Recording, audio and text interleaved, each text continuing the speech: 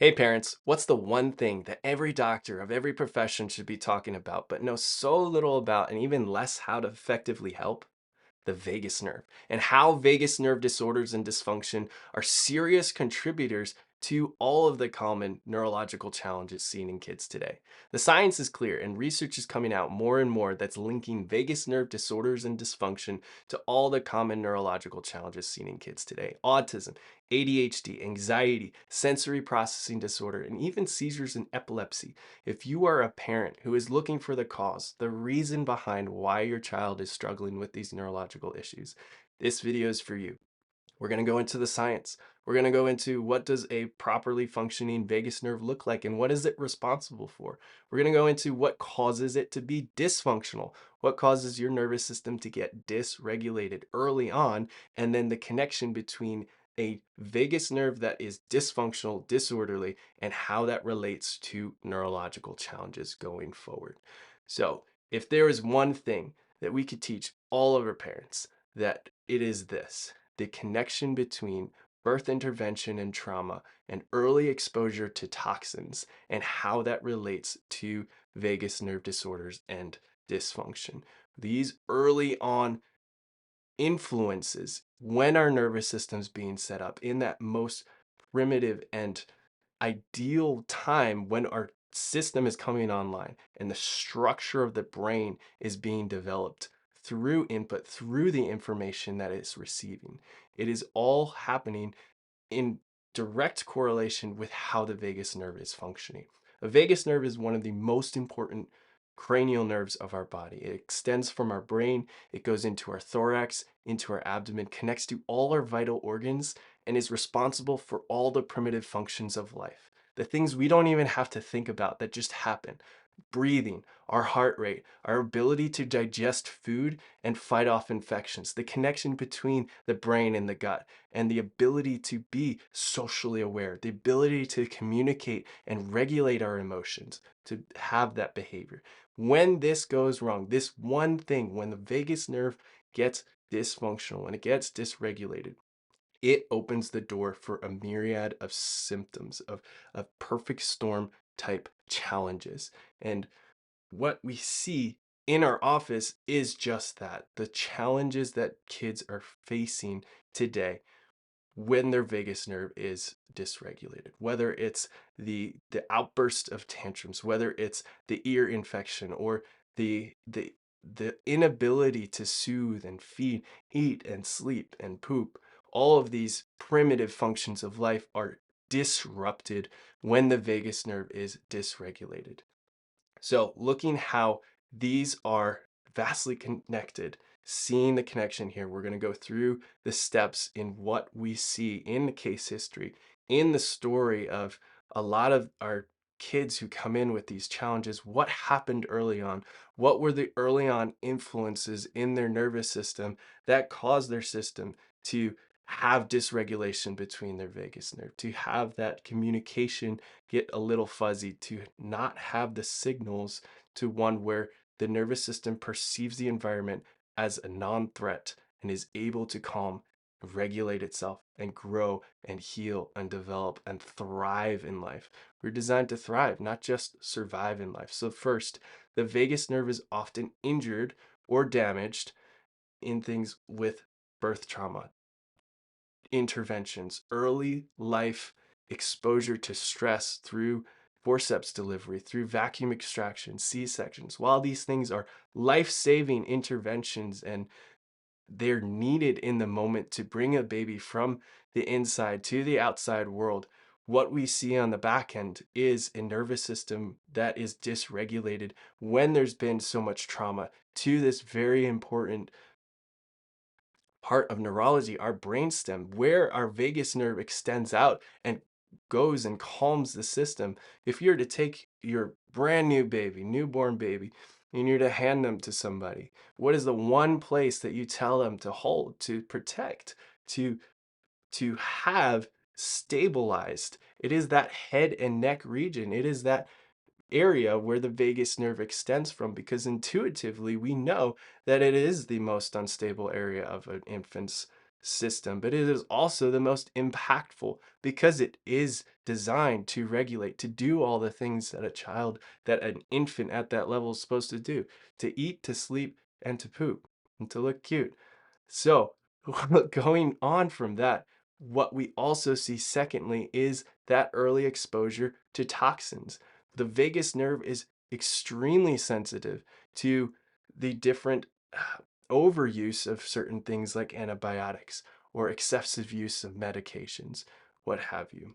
The vagus nerve dysfunctions, and what we call that is subluxation. It is an inability to regulate. It is a nervous system that doesn't have the ability to function in a way where we're calm and relaxed, but it's one of sympathetic dominance. It's one of full on fight or flight state. For a vagus nerve, when it is in a disorderly, dysregulated state, it first shows up in an infant as that constipated kiddo, as the colic, the inability to soothe, the ear infections. All of these things are symptoms of a nervous system, of a vagus nerve that's dysregulated. And what parents are often taught is, hey, don't worry, they'll grow out of it. Just give them time. But what we see is it's the same neurology.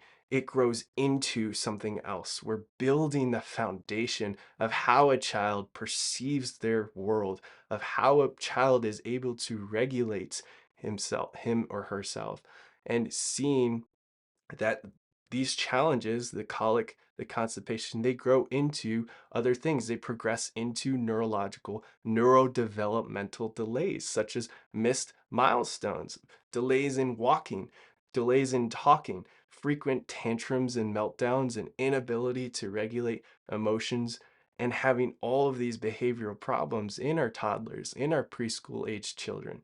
And finally, when the nervous system, specifically the vagus nerve, is not working properly to calm, to balance, and regulate that side of the nervous system, the rest and digest side. Our grade school kids, our teenagers, they're seeing challenges where their nervous system gets stuck. It's sympathetically dominant and it contributes to a constant overdrive of fight or flight. It contributes to the challenges that they deal with of hyperactivity, of anxiety, impulsiveness, and difficulty paying attention, regulating behavior, and all those things.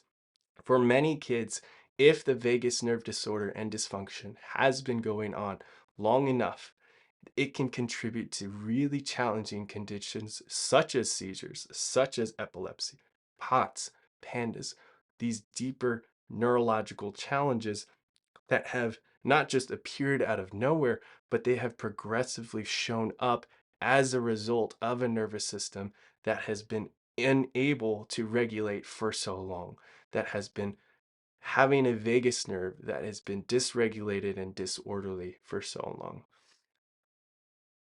All of these conditions are needed to have an intervention, a supportive, um, advanced neurologically focused care in their life to allow the system to regulate. And there is thankfully an ability to measure the vagus nerve and assess in just 3 to 5 minutes in our office just how the vagus nerve is functioning and if it is in a disorderly or dysregulated state, and if it is, to what extent, how severe.